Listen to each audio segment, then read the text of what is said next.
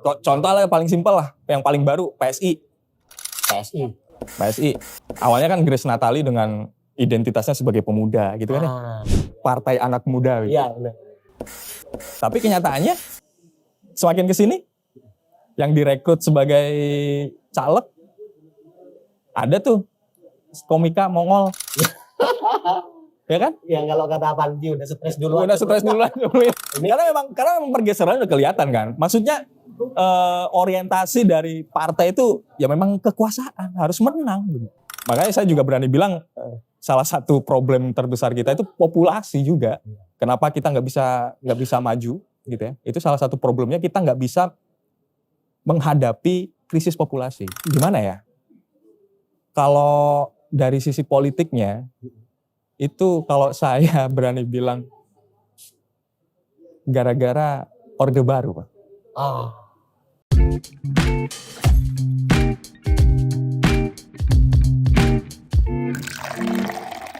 Salam ngopi-ngopi, ngobrol pintar penuh inspirasi. Halo, selamat malam teman-teman ngopi-ngopi. Kali ini saya ditemani oleh seorang pemuda ya, seorang akademisi yang oleh karena keilmuannya di bidang politik, beliau sering sekali didatangkan, dimintai pendapatnya berkenaan dengan pemahaman beliau tentang kondisi politik saat ini, dan seringkali kontribusi beliau dalam pemikiran menjadi warna tersendiri di kalangan anak muda untuk memberikan kesadaran ya tentang civil society.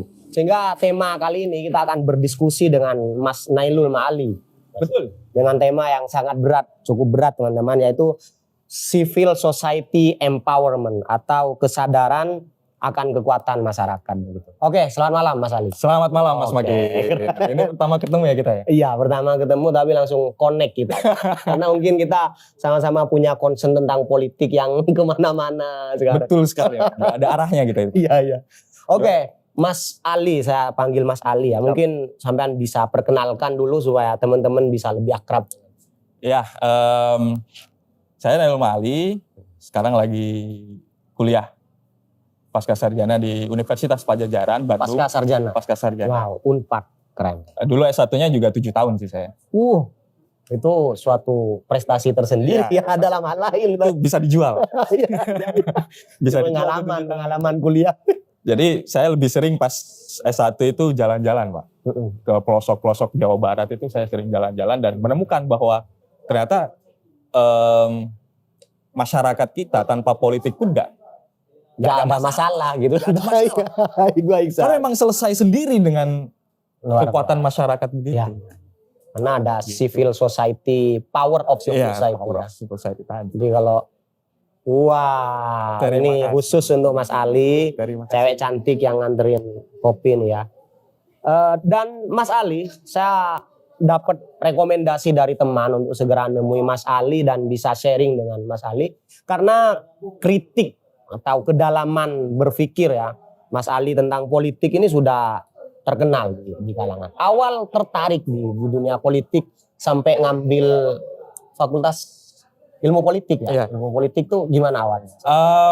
Sebenarnya dulu SMA ya, sejak SMA itu udah. Waduh, sudah aware ya. Iya udah. Kan ayah saya juga orang tontonannya berita mulu gitu. Tontonannya berita mulu. Terus kan ibu sarjana hukum. Jadi kayak ya banyak lah baca-baca dulu, dan ayah juga punya buku juga cukup banyak. Bahkan dulu SD itu buku pertama yang dikasih oleh ayah saya itu ke saya itu Marxisme dan Agama, Pak. Aduh. Buku terbitan tahun 59 atau berapa gitu. Jadi memang masih cetakan lama gitu ya. Dan itu langsung dikasih Marxisme, itu gokil gak sih? Makanya itu kayak bayangkan keluarganya Mas Ali gitu. Jadi nggak itu juga sih. Pas SMA itu sebenarnya pengennya masuk jurnalistik, pengen masuk kayak broadcasting segala macam kayak gitu. Cuman nggak tahu kenapa selera musik itu yang resisten gitu loh. Nah, ya. Selera musik yang didengerin tuh resisten perjuangan, pergerakan segala macam. Wah ini semakin mendidih nih. Apalagi dulu pas zaman SMA kan rame-ramenya SBY di demo soal kenaikan BBM kan. Dan itu hampir di semua media siar itu menayangkan hal itu gitu. Ini apa nih problemnya begitu kan? Akhirnya tertarik lah itu masuk ke dunia politik. Tapi keren banget. Mulai dari keluarga, terus kondisi pada saat itu ya. Kondisi pada saat itu. Kritis-kritisnya masyarakat, dan ini berat sekali ini tema yang akan kita bawakan, itu civil society empowerment. Kenapa Mas Ali punya tema yang sangat menarik? Karena begini, pada dasarnya itu kan kehidupan masyarakat, kehidupan secara umum itu kan masyarakat itu terbagi dalam 3 kelas secara utama ya. 3 kelas. Jadi ada civil society, ada political society, masyarakat politik, dan economical society, masyarakat ekonomi. Dan 3 dan 3 kelas ini beda-beda orientasinya. Masyarakat sipil itu orientasinya kesejahteraan, kenyamanan, kemakmuran begitu. Nah, political society itu kekuasaan orientasinya. Ya. Nah, lalu yang economic society itu orientasinya market, pasar, nyari pasar. Jadi tiga segmen masyarakat ini punya orientasi yang berbeda. Jadi kita tinggal mendefend diri kita aja nih. Kita orientasinya di politik misalkan, ya kita punya birahi kekuasaan, ya berarti kita lebih layak masuk ke political society. Aktiflah berpartai segala macam baik, itu nggak masalah. Jadi kita harus menganalisa diri kita. Menganalisa diri kita sesuai dengan orientasi kita gitu. Kita pengen hidup kaya segala macam dengan cara apa misalkan? Dengan cara berbisnis kah? Atau kita menjadi sociopreneur misalkan? Nah itu kan beda juga orientasinya. Jadi gitu. Sebenarnya adalah polarisasi yang terbentuk secara alami ya. Secara alami ya. Baru kalau sudah S2 politik itu baru paham gitu kan tentang ternyata masyarakat itu terpolarisasi tanpa harus ada yang mengadu domba di stasiun TV. Betul. Dan ini Pak, menariknya adalah saya civil society itu mata kuliah yang saya ulang 3 kali selama S1. Karena memang pertama itu nggak paham gitu ya. Yang kedua juga nggak paham juga. Akhirnya saya keluar tuh jalan-jalan. Nah baru yang ketiga mulai ada nih. Gitu. Jadi Ternyata waktu yang kedua karena belum ada konektivitas segala macam itu. Jadi memang ya nggak tahu ya gimana ya. Kalau misalkan dijelaskan secara dasar ya, secara di permukaan itu civil society kayak nggak ada bedanya sama partai juga sebenarnya. Tapi tadi kalau kita punya orientasinya kekuasaan, ya masuk partai aja, political society aja udah. Tapi kalau orientasinya kesejahteraan, kemakmuran, keadilan segala macam. Dalam konteks kesadaran masyarakat bahwa masyarakat punya kekuatannya sendiri, sebenarnya ingin Mas Ali sampaikan di sini tuh apa tentang empowerment civil society? Satu sih yang lebih utama itu bahwa sebenarnya kita itu punya kekuatan, punya daya gedor tanpa kita menggunakan kendaraan politik, itu kita punya daya gedor. Tanpa menggunakan kendaraan politik. Gimana tuh? Gimana caranya tanpa? Karena ini kan sudah kebentuk sedemikian rupa ya. Bahkan di hampir semua negara. Ya, bahkan sekarang secara simpel saya contohkan kayak begini. Isu LGBT aja udah. Isu LGBT di tahun 2011 atau 2012-2013, itu kalau misalkan kita baca buku sosiologi, gay, trans, lesbian segala macam itu masuk di kategori patologi sosial, Pak. Penyakit sosial. Tetapi sekarang kan enggak, dihapus tuh. Nah itu kan gerakan-gerakan semacam itu pakai kendaraan politik, ada nggak LGBT punya partai? Nggak ada kan? Ada nggak presiden atau misalkan tokoh politik luar negeri pun yang kampanyenya itu begitu sebelum sekarang ya? Nggak ada kan ya? Hak semacam itu kan baru muncul 2018-2019. Tapi mereka punya gerakan, Pak. Nah itu yang kita harus bisa berkaca dari hal itu gitu loh. Berarti seperti halnya undang-undang permen tentang kekerasan seksual. Iya. Ini hadirnya tanpa political power. Kesadaran aja kita berkumpul lalu kita mengkampanyekan tanpa kita harus demo lah. Tapi gimana ngukur efektivitasnya? Nah. Kalau di masyarakat ini kan tidak seperti partai ya, Iya. manajemen, organisasi, ada keuangan, ada Nah itu sebenarnya kalau misalkan kayak begitu, kalau dengan pola yang tadi LGBT ya, itu kan memang dari awal. Dari awal maksudnya udah lama banget. Masuknya itu melalui hiburan. Kampanye-kampanye implisit. Jadi nggak dijelentrehkan kalau nih trans, nih LGBT enggak. Tapi ada simbol-simbol yang dimunculkan secara implisit di dalam entah itu lirik lagu, entah itu scene dalam satu film. Jadi secara soft tapi terus Menerus begitu. Itu sebenarnya kita bisa melihat. Contoh kalau misalkan ini kan fenomena hippies pada 70 itu kan mereka bikin new wave ya. Genrenya itu sangat berbeda dengan aliran pop dan rock pada saat itu. Akhirnya dia bikin punk melalui lagu. Terjadilah punk. Mereka bikin ini. Kayak misalkan blues itu kan mirip-mirip sama jazz. Jazz itu kan kalangan orang kaya. Yang penikmat jazz itu kalangan orang kaya. Lalu yang apa namanya, yang ghetto kayak kita ini, yang melarat kayak kita ini kan koploan aja gitu kan. Langsung terang-terangan. Ya koploan aja udah. Nah itu disambung Pak dengan blues. Begitu. Jadi ada skema kampanye-kampanye sosial itu masuk melalui pertama kali itu dari dunia hiburan. Sampai sekarang LGBT juga bisa begitu besar itu dari dunia hiburan. Makanya kalau misalkan kita pengen apa namanya, memperjuangkan isu-isu yang berat, ya harus dengan jalan yang ringan gitu. Wah, manis sekali. Kalau kita apa tadi? Ingin memperjuangkan isu-isu yang berat, pertama kali yang harus kita lakukan adalah berjalan di dalam langkah-langkah yang ringan. Berarti sama ya dengan gerakan feminis segala macam. Nah, kenapa feminis sekarang banyak yang menolak ya? Karena kan udah langsung hard Pak. Iya. Pendekatannya langsung hard. Perlawanan langsung diadu kan begitu. Akhirnya banyak yang melawan. Kebentuk dulu secara masif. Secara masif dibahas. Kayak gitu. Nah itu empowerment tuh semacam itu tuh. Berarti Mas Ali sejauh ini mengamati bahwa masyarakat ini ternyata punya power. Terus tools supaya masyarakat ini pertama sadar ya akan kekuatan, sehingga kalau ada nilai, masyarakat ini sebenarnya punya kemampuan untuk menghantarkan nilai itu. Kira-kira toolsnya apa? Pertama itu kita harus, kalau kata saya pribadi ya, kita harus menggali diri sendiri aja. Sesederhana itu. Karena simbolnya begini, kita sering bingung itu karena kita melihat orang lain Pak. Kedistrak terus. Bahkan hal-hal yang kita dapat dari orang lain pun mempengaruhi diri kita.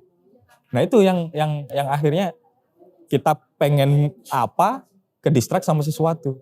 Kita pengen melangkah, kedistrak sama sesuatu. Nggak jadi-jadi. Ngabisin waktu untuk mencoba hal-hal baru. Ya kayak podcast ngopi-ngopi ini lah. Ya. Itu kan langsung gerak aja udah. Dapatnya berapa kan kita nggak tahu gitu kan. Aduh ya. Dan yang paling kasar ya, keras ya bahasanya Mas Ali lah ketika bicara tentang civil society empowerment. Dia itu bilang bahwa partai itu hanya sekedar kendaraan birahi untuk mereka yang punya birahi.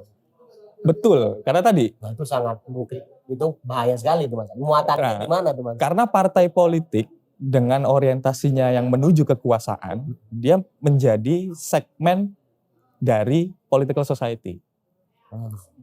Jadi nggak bisa tuh tembus tuh civil society yang orientasinya udah beda.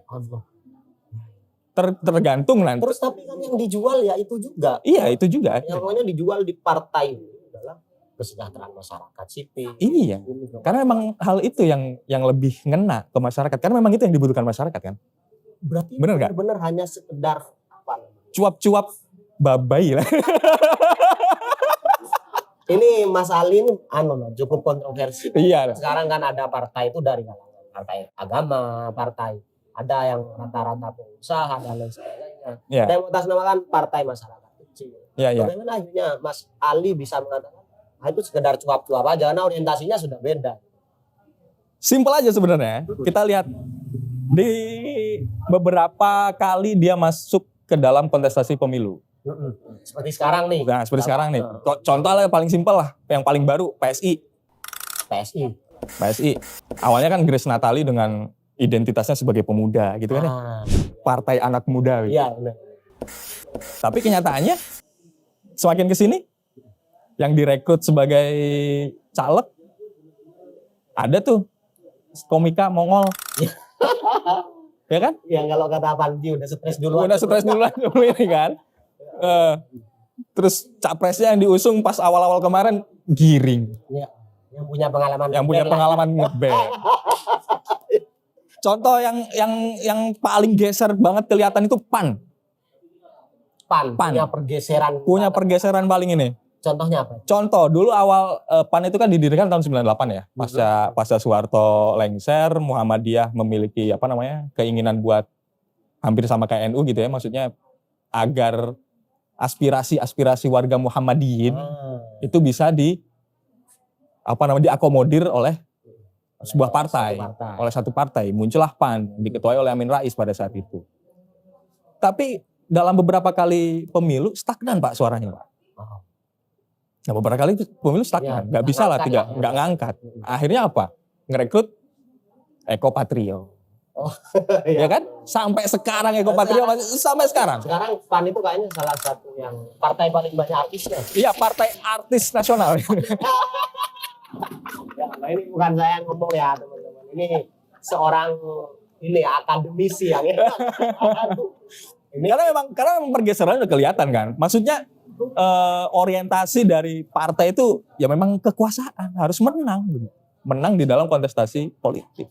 Kalau dalam kasus tadi berarti Muhammadiyah awalnya masuk pada yang civil society. Iya. Dan PAN itu adalah political kendaraan politiknya. Misalkan kalau di NU itu ada nggak? Nah, PKB. Oh iya, siap. Secara sejarah itu lahir di SK-kan oleh NU, Pak. Ya. SK lahirnya PKB itu dari NU. Makanya sekarang jadi aneh kalau misalkan NU menegasikan itu gitu ya. Iya. Kan? Terus gini-gini. Iya. Terus gimana jadi aneh Mas gitu. Ali tentang NU dan PKB? Nah, kalau dari sisi PKB sendiri itu sangat merugikan. Dari sisi PKB-nya ya. Karena diakui atau tidak, memang pendomplang suara terbesar PKB itu ya kaum Nahdien. Atau mereka yang tahu sejarahnya begitu. Minimal tahu kalau misalkan PKB itu didirikan untuk mengakomodir aspirasi-aspirasi NU. Oh, menegasikannya NU terhadap PKB itu merugikan PKB. Tetapi bagi NU sendiri itu menguntungkan. Sebagai civil society. Sebagai civil society yang orientasinya kesejahteraan, kemaslahatan. Dalam konteks apa? Karena begini, pernah beberapa tahun kemarin kita dalam tanda kutip kebobolan. Ya. Dengan masifnya pergerakan dari FPI, masifnya pergerakan dari HTI, gitu ya. Kenapa? Karena organisasi masyarakat yang harusnya mempertahankan hal itu, lari mengalami turbulensi ke arah politik. Iya. 10 tahun terakhir NU, ya saya nggak berani ya menyebut nama ya. NU dengan pendekatan yang semacam itu, kemarin itu dengan membela habis-habisan penguasa, itu kan dilihat oleh masyarakat sebagai, wah ini udah politis nih. Organisasi masyarakat Islam tapi kok politis. Akhirnya kan masyarakat mencari alternatif lain. Dan itu memang sudah menjadi hukum tadi ya, dari 3 hal itu, dari tiga segmen masyarakat tadi, itu menjadi sebuah hukum ilmiah bahwa ketika satu segmen itu ditinggalkan oleh satu aktor utamanya, itu akan diisi oleh aktor yang lain. Jadi kalau dicontohkan kayak begini, pemerintah sebagai political society itu mulai berbisnis kepada masyarakat ketika kemarin COVID, berbisnis kan ya, itu akan diisi oleh political society, itu akan diisi karena dia sudah mulai menganggap masyarakat sebagai pasar. Ya, ya kan? berarti masuk pada yang tadi. Masuk kepada economic society. Jadi aktor-aktor yang pada saat itu menjadi political society itu dianggap ya masyarakat menerimanya itu udah bergeser jadi pebisnis dia. Ya kita sebut aja lah lord gitu ya. Iya. Itu kan berbisnis kan sampai sekarang. Nah, Sekarang masih agak ngeri saya. Tapi ini karena ini diskusi akademik. Iya. Jadi ditinggalkan itu pasti akan mengisi. Pasti akan ada yang mengisi dan apesnya yang mengisi pada saat itu adalah NU. Gitu. Makanya ketika NU udah mengalami pergeseran ke arah political society, masuklah HTI sama FPI itu sebagai civil society yang menguasai segmen ini berarti gerakan alamiah banget ya. Maksudnya polarisasi menjadi civil society, politik, ekonomi itu. Kalau saya berani mengklaim itu sunnatullah udah. Sunnatullah udah. Dan pergeseran itu jangan-jangan juga sunnatullah. Bahwa akan seperti itu, akan bergeser. Kalau pergeseran itu masih ada elemen human actionnya begitu. Karena memang kita nggak bisa tahu kan kita memandang kesempatan itu kayak gimana kan gitu. Dan saya melihat Mas Ali ya tadi ketika cerita di depan gitu, seperti Mas Ali ini punya kritik begitu loh, hampir pada setiap partai-partai yang sekarang notabene ini ya sangat terkenal ya partai nasional. Itu ada apa? Ada trauma apa Mas Ali dengan partai ini? Sebegitu berpihaknya kepada civil society sehingga seakan-akan kalau saya boleh bahasakan sampai membenci lah ya, sampai membenci partai itu ada trauma apa itu? Kalau soal trauma sih enggak.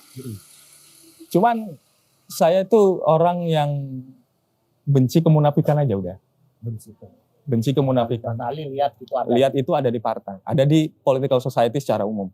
Ini partai secara umum atau ada spesifik partai tertentu? Enggak ada. Secara umum. Aduh.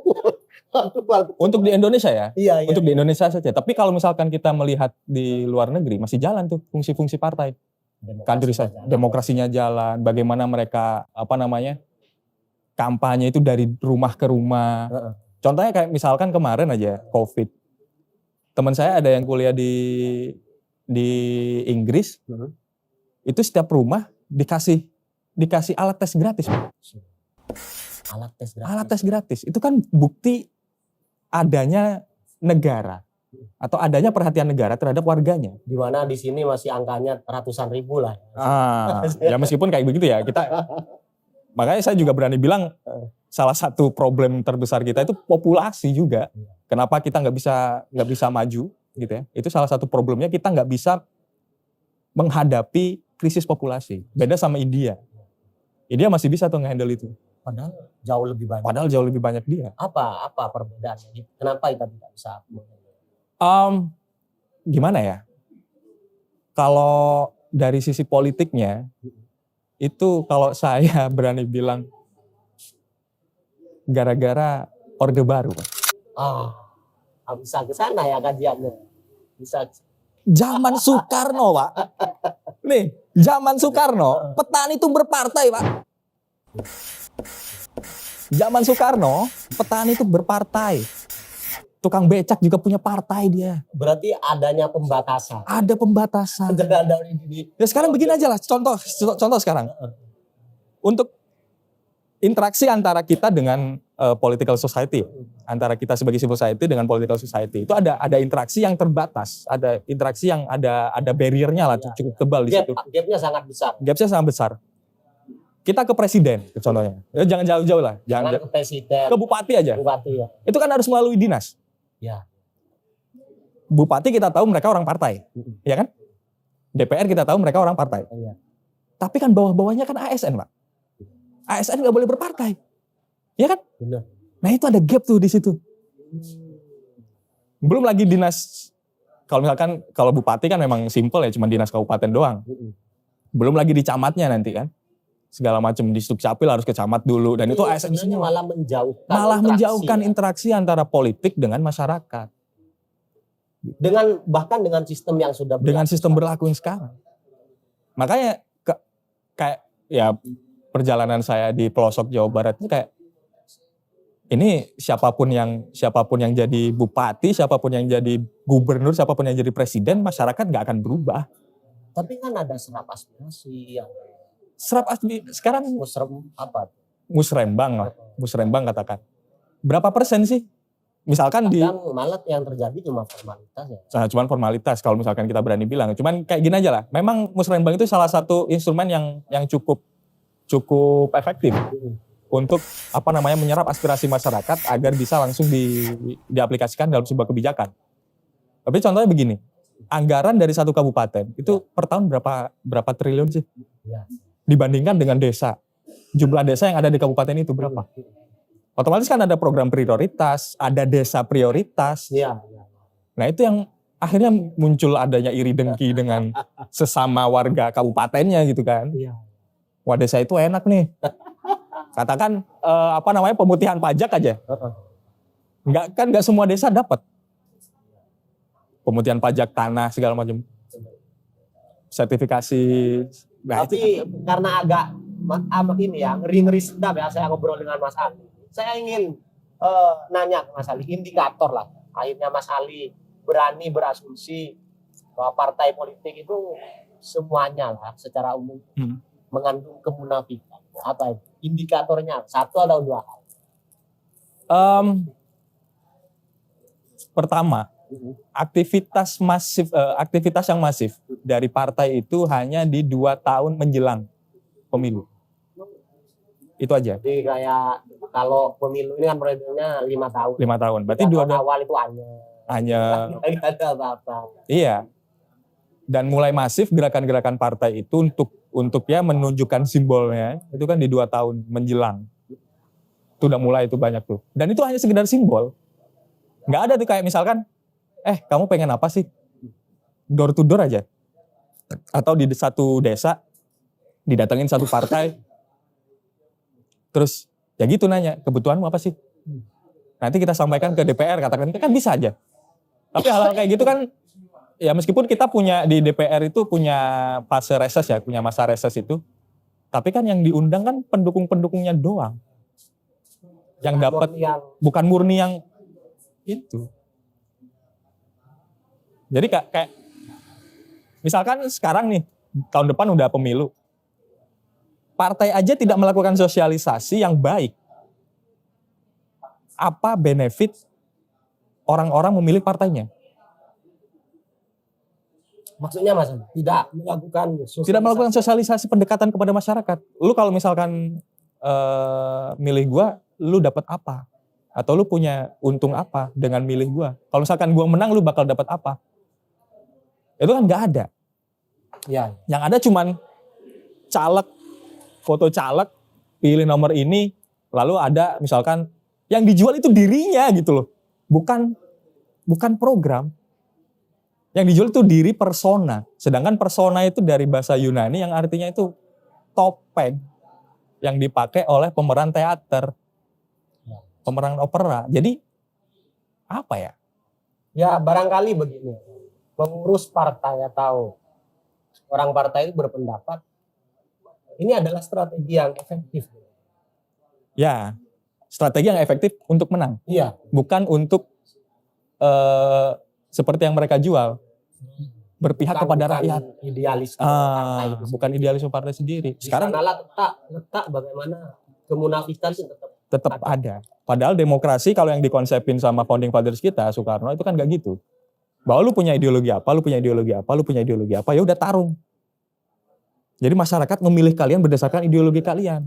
Murni pertarungan gagasan. Yang buahnya adalah kesejahteraan segala macam iya. Dan mempertahankan kemenangan itu berdasarkan kayak gitu. Ya, dan kalau kata saya ya tadi, yang bikin kita sekarang bentuknya kayak begini, negara yang bukan-bukan itu salah satu faktor utamanya yang membentuk adalah Orde Baru. 32 tahun kita. Oke, sangat menarik. Akhirnya saya mulai tahu kenapa Mas Ali begitu kritik ya, atau lebih kasarnya tidak percaya ya kepada politik secara umum. Ya. Tapi Mas Ali, di antara yang terburuk lah biasanya, yang secara umum sampean bilang munafik dan lain sebagainya. Ada nggak yang menurut Mas Ali itu kalaupun harus disuruh memilih, dipaksa memilih, Mas Ali akan memilih. Kira-kira apa? Ini cukup Partai yang masih menurut Mas Ali dengan terpaksa saya mau. ini cukup berat juga ya, karena 2 pemilu kemarin saya pertama milih 2014 ke 2019 itu sama, sikap saya masih sama, gerakan coblos semua. Dulu saya mengkampanyekan gerakan coblos semua. Bukan hanya Mas Ali yang coblos. Gerakan coblos dikampanyekan. Dikampanyekan. Ring. Nah, kalau misalkan pertanyaannya sangat memaksa nih, pertanyaan sangat memaksa, kenapa kalau harus memilih, memang harus memilih, saya akan pilih Demokrat.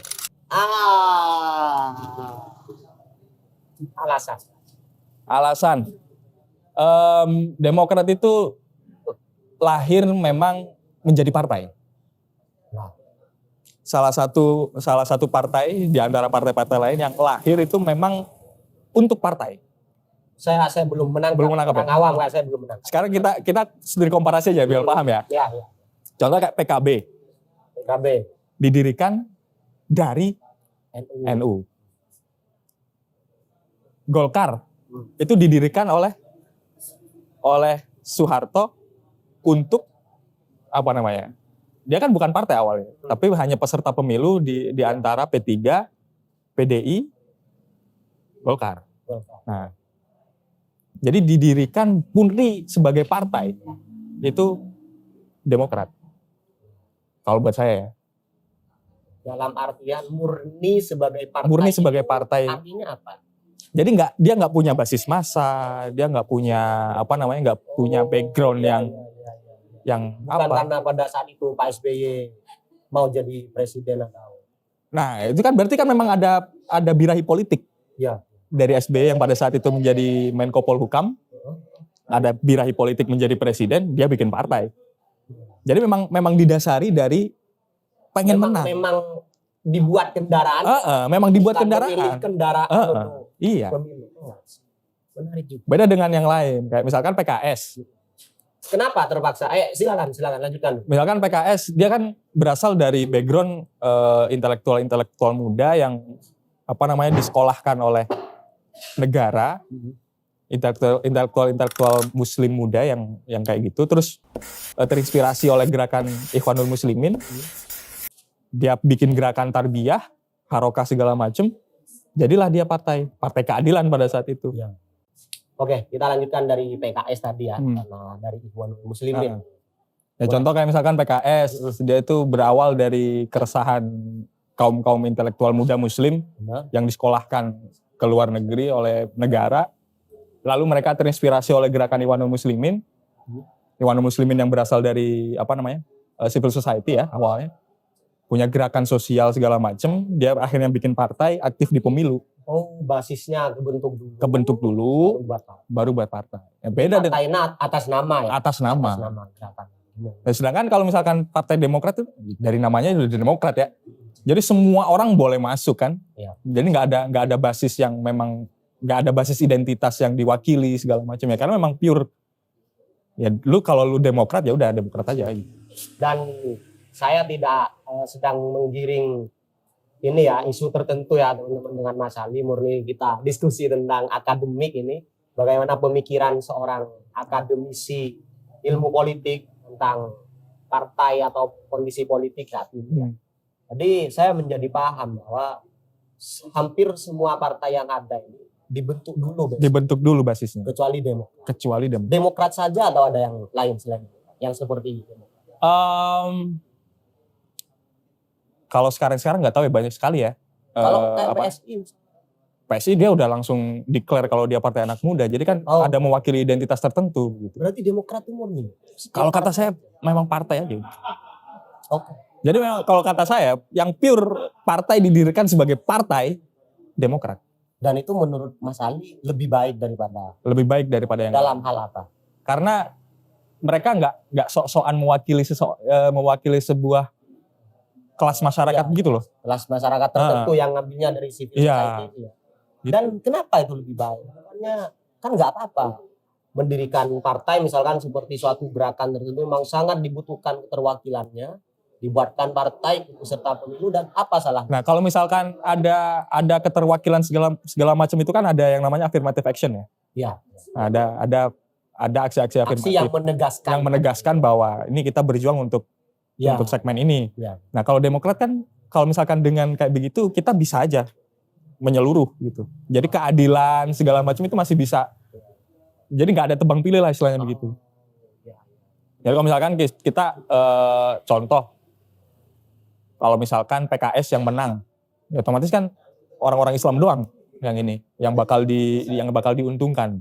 Tapi kalau misalkan Demokrat dengan dia tidak mewakili identitas tertentu, bisa lebih bagus, Lebih inklusif. lebih inklusif.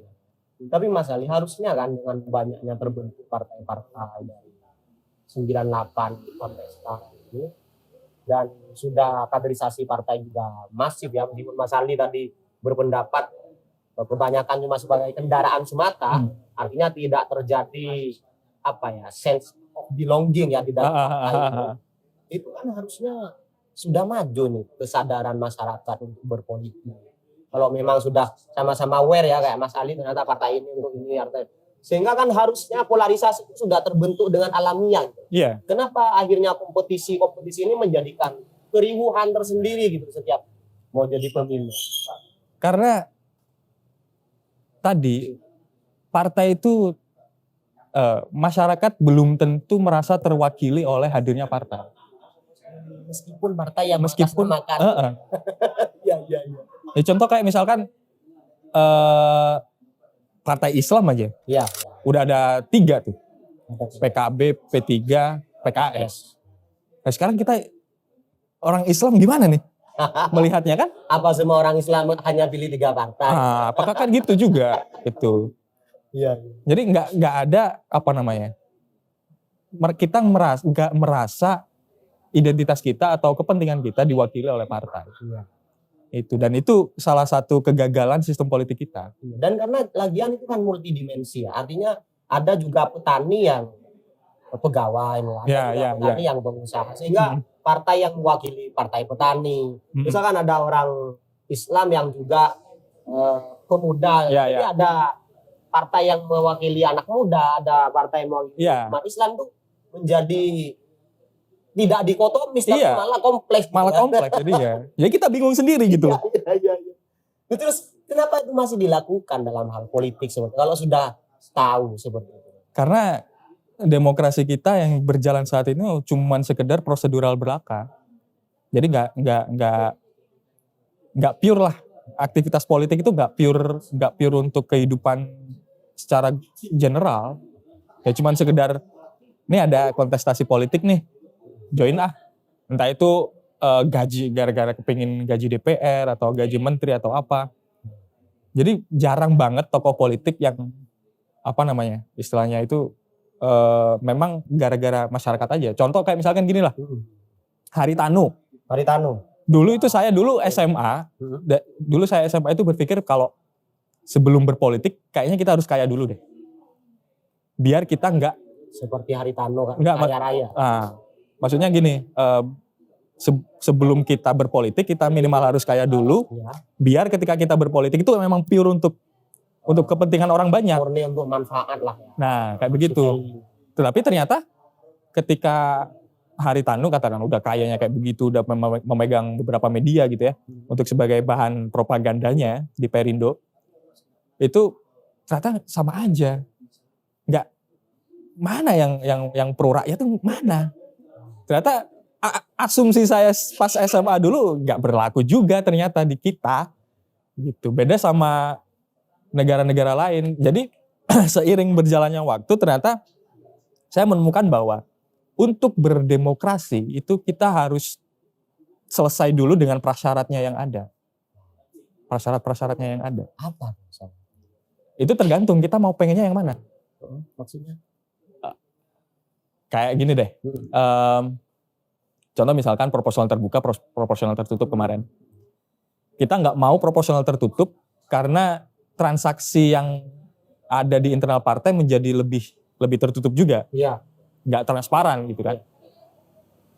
Tetapi resikonya ketika kita pakai proporsi terbuka, sistem kaderisasi di partai nggak jalan. Akhirnya kan comot orang-orang yang cuman populer aja udah.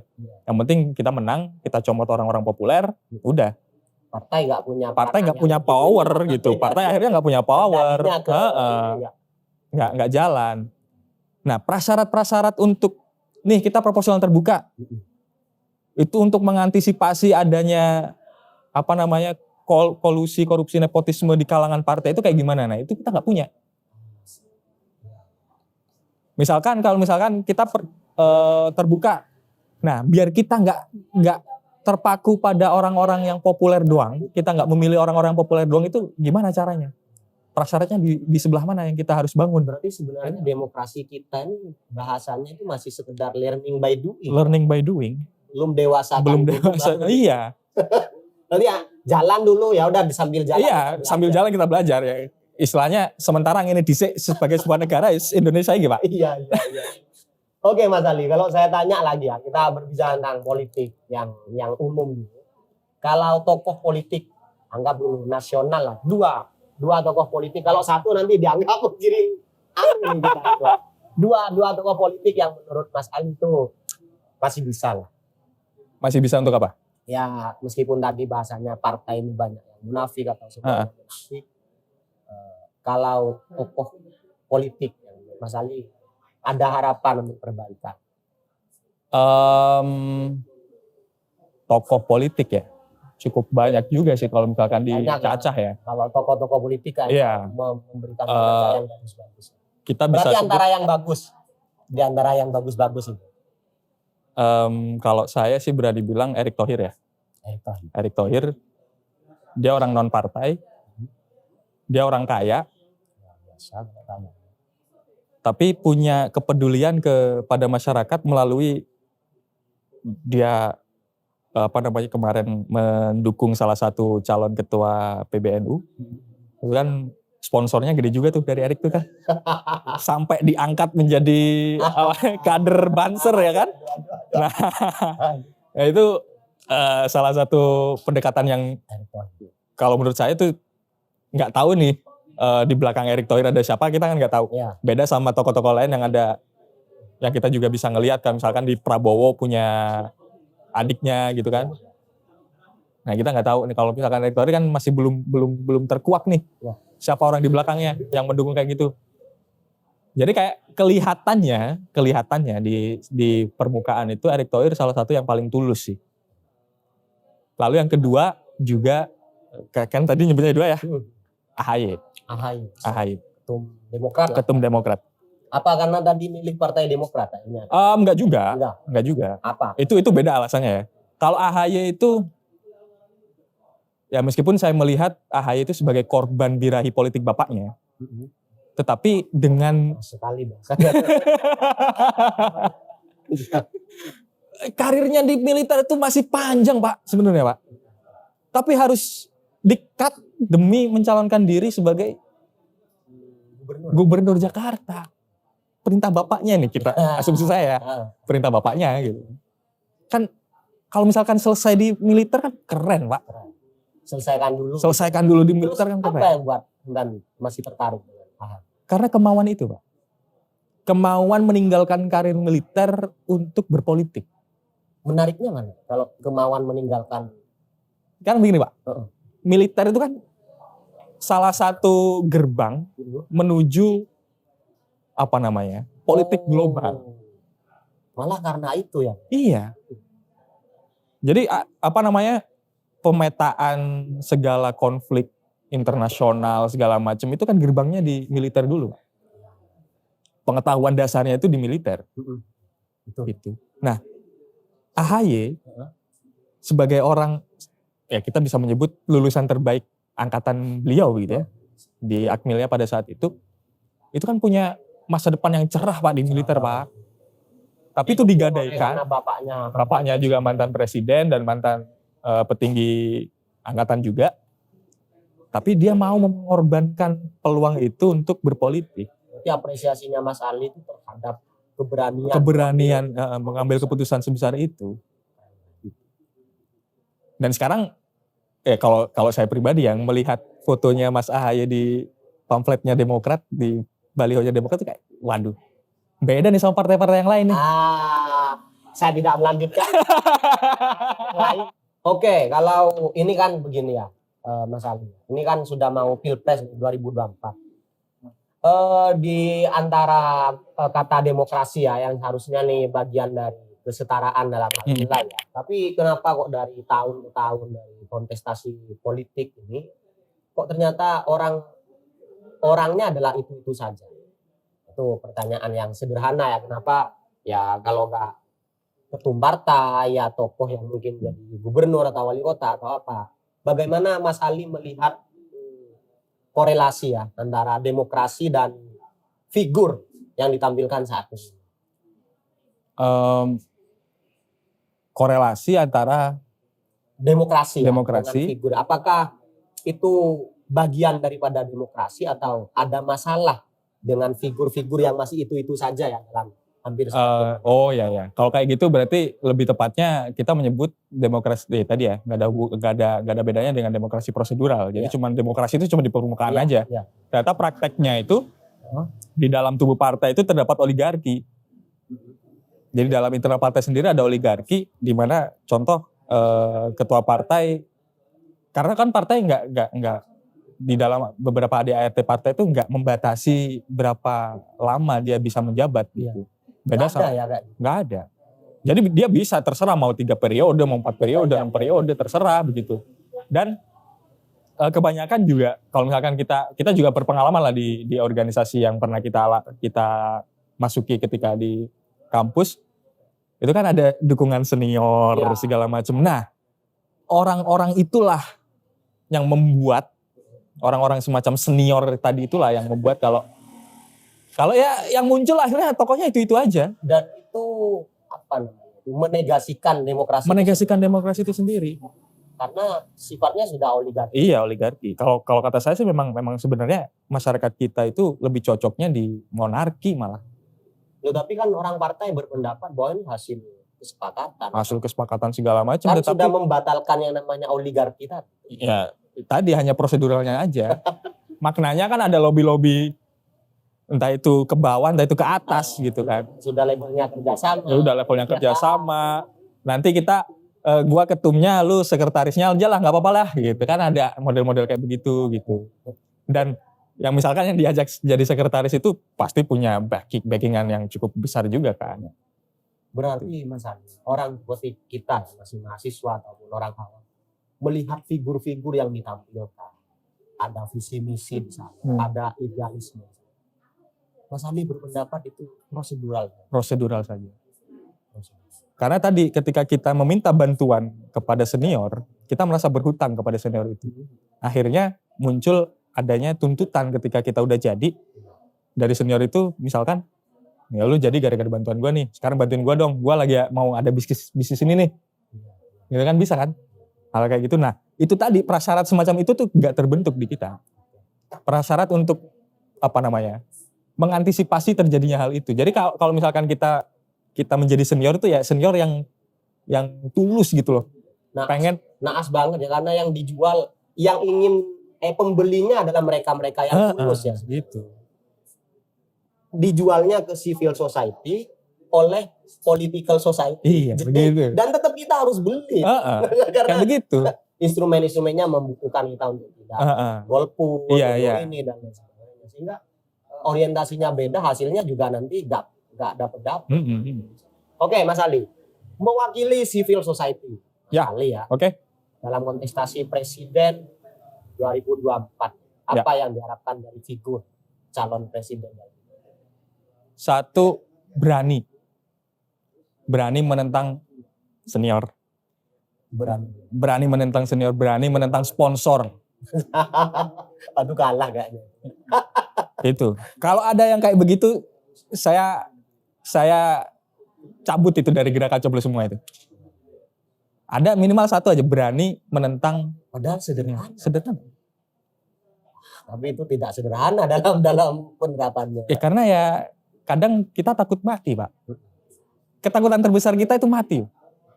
Kita nggak takut dimiskinkan, kita nggak takut dipukuli, kita nggak takut. Kita cuma takut mati.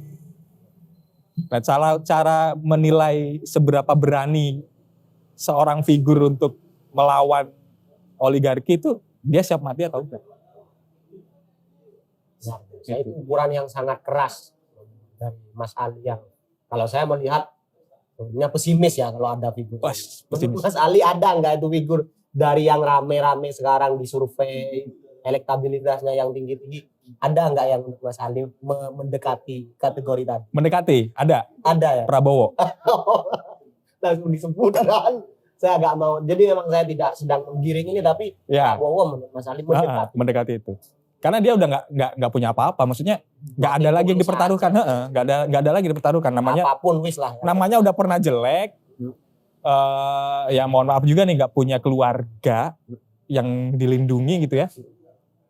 Dan nggak ada masa depan yang diperjuangkan gitu ya. Nothing tulus kalau Benar-benar mendekati siap mati. mendekati siap mati. Jadi bener juga tuh kata Gus Dur tuh. Gimana? Salah satu tokoh yang paling tulus menurut saya Prabowo kan gitu. Pernah tuh kan di TV One kan bilang kayak gitu. Oke, keren banget. Saya ucapkan terima kasih banyak atas diskusinya yang sangat kritis dan mendalam dari Mas Ali. Keren. Saya selama podcast Mas Ali saya ngeri-ngeri sedap. Dan saya ingin menegaskan sekali lagi tidak ada niatan untuk menggiring opini tertentu di sini. Kita murni berdiskusi dengan seorang muda yang akademik ya, seorang intelektual yang paham dan punya pengamatan terhadap politik. Lain waktu saya ingin mengundang lagi Mas Ali dengan perkembangan. Siap. Karena katanya beliau masih mau ke Bandung lagi untuk menyelesaikan studi. Gitu. Iya. Tapi saya excited banget dengan obrolan kita. Saya ucapkan terima kasih untuk Mas Ali dan salam ngopi-ngopi. Salam ngopi-ngopi. Kopi dulu bro.